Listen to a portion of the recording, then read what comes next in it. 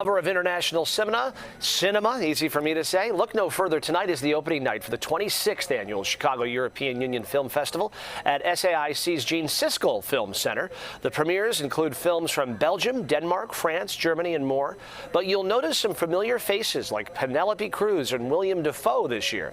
Joining us now is Film Center Director of Programming, Rebecca Fons. Rebecca, thanks for joining us this morning.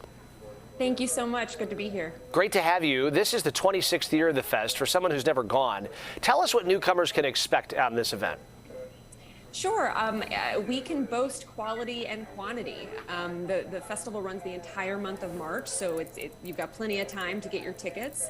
And we present 24 films from 24 EU countries. So there's really something for everyone. I know that's a cliche to say, but we have documentaries and science fiction films, romantic dramas, even a dark comedy. So there really is something to choose from. And each film really represents the best of the country that they're from.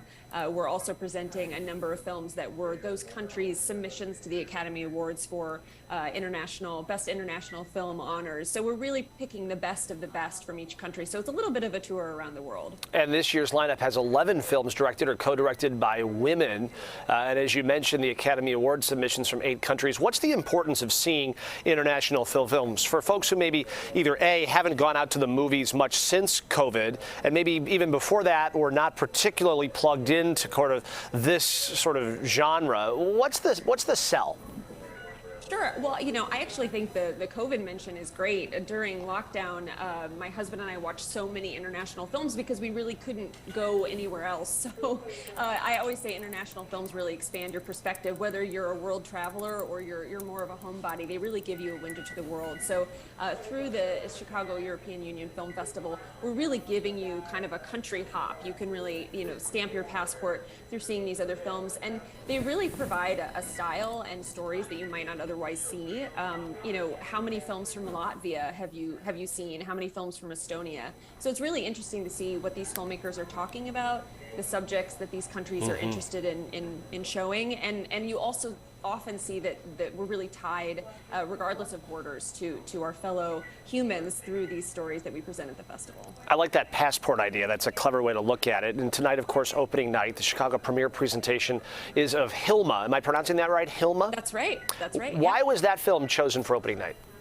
Sure. So Hilma is a portrait of the Swedish artist Hilma af Klint.